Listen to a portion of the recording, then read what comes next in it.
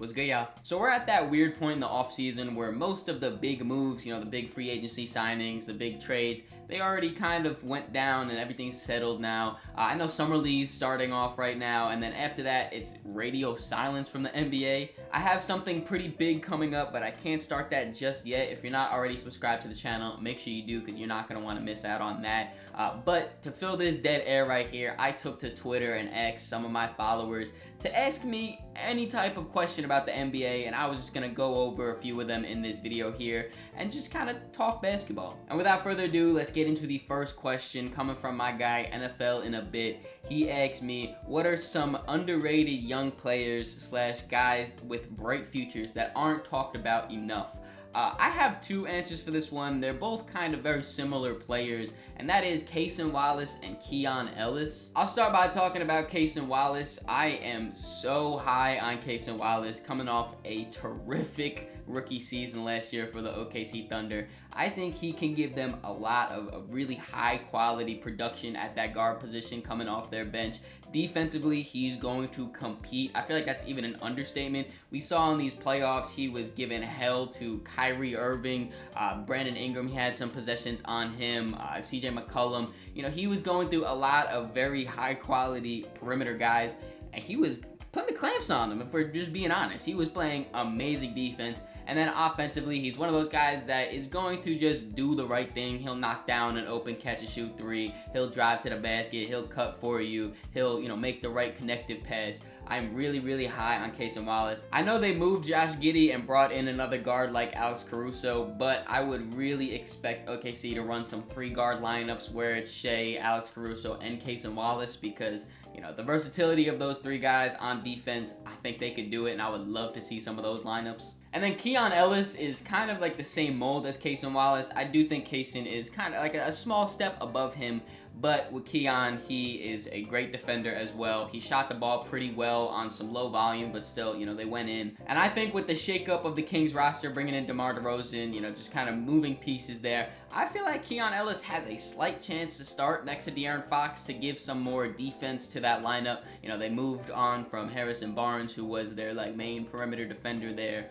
So if you put Keon Ellis out there to add some more defense to that lineup, I would really like that. I feel like a big year from Keon Ellis is coming. Next up, we have my boy Hend asking this question. He said, what is your favorite basketball play to ever occur from someone in a Knicks jersey? In case you guys didn't know, I am a Knicks fan, so that's why he asked that. Then he said you can also expand it to any play ever. I feel like that's way too broad because, there's been so many cool basketball plays that I've watched that I don't really have a specific one. But if we're talking Knicks, I definitely have an answer to that one. I've tried to do this before and I got copyrighted, so hopefully that doesn't happen this time. But this is the play right here in Game 2 against the Philadelphia 76ers. You see here the Knicks are down 5 with a few seconds remaining. Jalen Brunson gets this shot to fall. I remember watching this and he hit this shot and I was like, the game's over still. We took too much time off the clock. We're still gonna have to foul. We probably lost this game. For being honest, Jalen Brunson probably fouled him. He pulled the jersey right there, makes him pop the ball up in the air,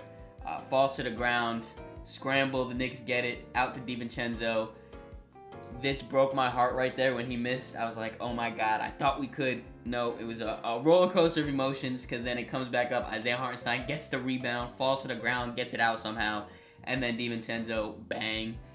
It was absolutely electric as a Knicks fan watching this play. One of my favorite reactions too. I love seeing the crowd here, but let me see if they show Devo. It doesn't look like they're going to show him. He mean mugged the camera so bad. The whole experience of it being the playoffs, I was at the game right before this in Game 1.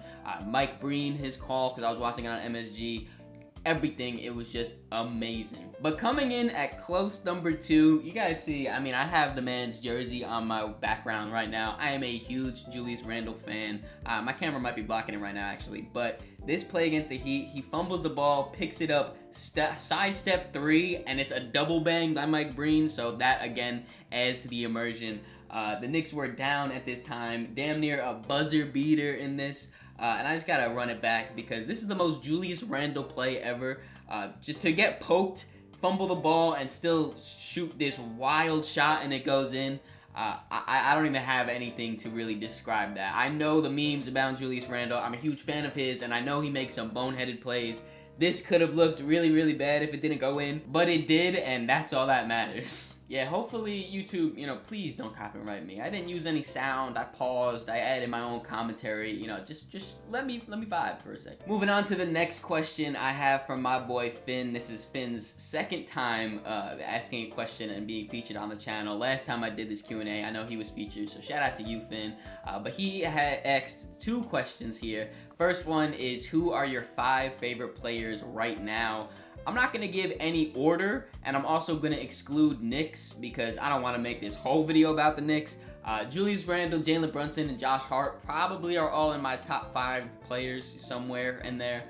So I'm going to exclude them from the list. Again, no order here. I have LeBron James, the guy that got me into basketball. I feel like a lot of people, around my age and this younger generation are going to have LeBron in their top 5 favorite players because he's been so great, it's been hard to not love watching him. Then coming in, another guy I really like, Jokic. Just the way he is so effortless on the basketball floor and just dominates the entire game. Love to watch it. Those offensive hubs that can kind of do it all, I love watching them. The third guy I'll add to this list is Devin Booker. He is, honestly, when he's hot, I don't think I would rather watch any other player in the NBA but him. Just his game is so smooth. Like I said with Jokic, how he looks so effortless. Book, when he gets into his modes, bro, like he just gets to his spot, rises above. He's got like a kind of slight slant to his jump shot when he's in the mid-range that I think it's so aesthetically pleasing. I love watching those effortless basketball players. It kind of leads into another guy I have in this list, Kyrie Irving. Again, talking about a smooth basketball player. Again, one of the best handles of all time. It's not rocket science here why Kyrie Irving would be in someone's top 5. I also hoop in his shoes, so shout out to you, Kyrie. I'm sad that they don't exist anymore, but Anta. Maybe I'll cop some Antas soon. I don't know. And sliding into this 5th slot, this might come as a surprise to some of you guys. It might not, honestly, but Victor Wembanyama. I watched so many Spurs games last year just to watch Vic play, and in the Olympics, I'm watching him in France. Anytime I can watch Vic play basketball, I'm going to do it just because it feels like damn near every single time I do, he pulls out something I have never seen before on the basketball court. One thing that really replays in my mind a lot when I think about Vic is against the Bucks. He was going in transition. He did a behind the back gather to a poster dunk on Brook Lopez. When I saw that, my mouth literally fell open onto the ground. Pause on that. That was crazy, my bad. I meant to say I was just in shock and awe because I don't think I've ever seen someone do a play like that, let alone someone that is 7'4". And then to answer Finn's second question, he said, do you think it's Team USA for the gold or the field? I'm picking Team USA pretty confidently. When you think about the projected starting lineup of Team USA, you have 4 former MVPs in that lineup. Steph Curry, LeBron James, Kevin Durant, and Joel Embiid. No other team has more than 1 MVP, if I remember correctly. Then, even to just put it beyond that, every single person on Team USA's roster has been an all-star in their career. There's one exception, Derek White. He's a late addition right there. But if your worst player on your team is Derek White, you're in pretty good hands. There are some teams that I think could give USA a run for their money, make it a somewhat close game. They won't get blown out by 50 because they have a quality roster. Canada, I think, is one of those teams. They have a lot of NBA players on their roster, guys like Shea, Jamal Murray, RJ Barrett. They got a bunch. France, I think, has a pretty good shot because Gobert and Wemby down low. It's really, really hard to score in that paint. Germany with Dennis Schroeder and the Wagner brothers. Dennis Schroeder just turns into a whole nother player when he's playing for the Olympics, so shout out to him. Australia, you can maybe throw in there too. They have a few NBA players on their roster, but no one really comes close to Team USA. I'm pretty confident in the fact that I'm saying Team USA. Next up, we got a question from Chris, and he is asking, which team that missed the playoffs last year do you think has the best chance of making it this year? He wants an Eastern Conference team and a Western Conference team. I'm going to start by talking about my Eastern Conference team, and I really don't think there's an easy choice for this. I feel like the top 8 teams in the Eastern Conference are so much far and above the rest of the 7 teams in the Eastern Conference that I think honestly it'll be the same 8 teams that made it from last year. But if I had to pick one and go out on a limb, I'm going to pick the Charlotte Hornets. There's mainly two reasons for this. One, Brandon Miller is going to be going into year 2, and I expect him to really break out of his mold and just show everyone how good offensively he is, because last year he was very good. Shot the ball incredibly well, was aggressive. I liked a lot from what I saw with Brandon Miller. And the other reason is LaMelo Ball maybe will be healthy. I don't know. He's dealt with injuries throughout basically his whole career. But if he is healthy and you pair him next to a guy like Brandon Miller, the sky is the limit. I don't want to say the sky, but I think they could maybe make the playoffs. Then when I look at the Western Conference, there's probably a few teams that you could pick for this that I wouldn't be too mad at.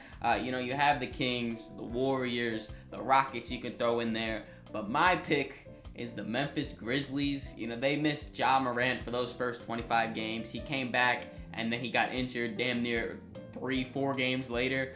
So they dealt with a bunch of injuries. Desmond Bane was in and out of the lineup. Jaren Jackson Jr. was in and out of the lineup. Marcus Smart barely played for them. They had a lot of guys missing this year, and they're all going to be back. Ja is going to be able to get their offense going, and I think they could have a top-tier defense in this league.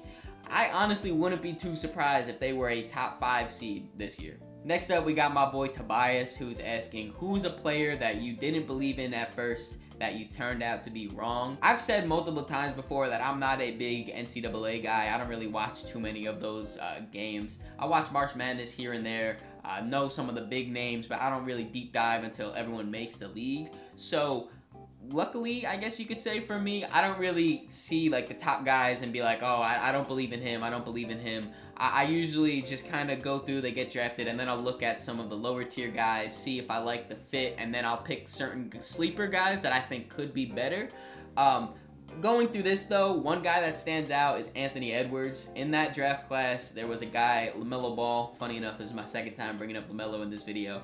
But I was a huge LaMelo Ball fan. I really thought that he was going to be the future. I thought he was the #1 player in this draft class. He should be the #1 pick to the Timberwolves. So I was a little disappointed when Anthony Edwards did go #1. Obviously, I have been very, very wrong. Ant is a perennial all-star, superstar, MVP candidate coming up, I'm sure. Definitely better than LaMelo. I know LaMelo has dealt with his injury struggles, but still, they're both two amazing players, but Ant definitely leagues ahead of LaMelo right now. I was definitely wrong about that. And before we get into this last question, I want to thank everyone that replied to the tweet. I couldn't fit them all in one video, but I do appreciate anyone that left a comment on there. If you guys want a chance to be in the next video like this, make sure you follow me on my Twitter. It's right down low in the description. And this last question here comes from my boy Josh. He asked 3 different questions. The first 2 are about the Olympics, and since we kind of already talked about that from Finn's question, I'm going to skip down to that bottom question right there. And he's asking for my Mount Rushmore of passing that's currently in the league. I don't think I really have to explain any of these picks really, because I feel like it's pretty straightforward. The first guy I'm putting on there is Nikola Jokic. He damn near averages a triple-double for the last like 3 or 4 seasons. One of the biggest offensive loads in the entire NBA and can make any pass in the book really. Number 2 guy I'm adding on there is LeBron James, one of the best playmakers in the history of basketball if you ask me, and the fact that he still is one of the top playmakers in the NBA at 40 years old, very, very, very impressive.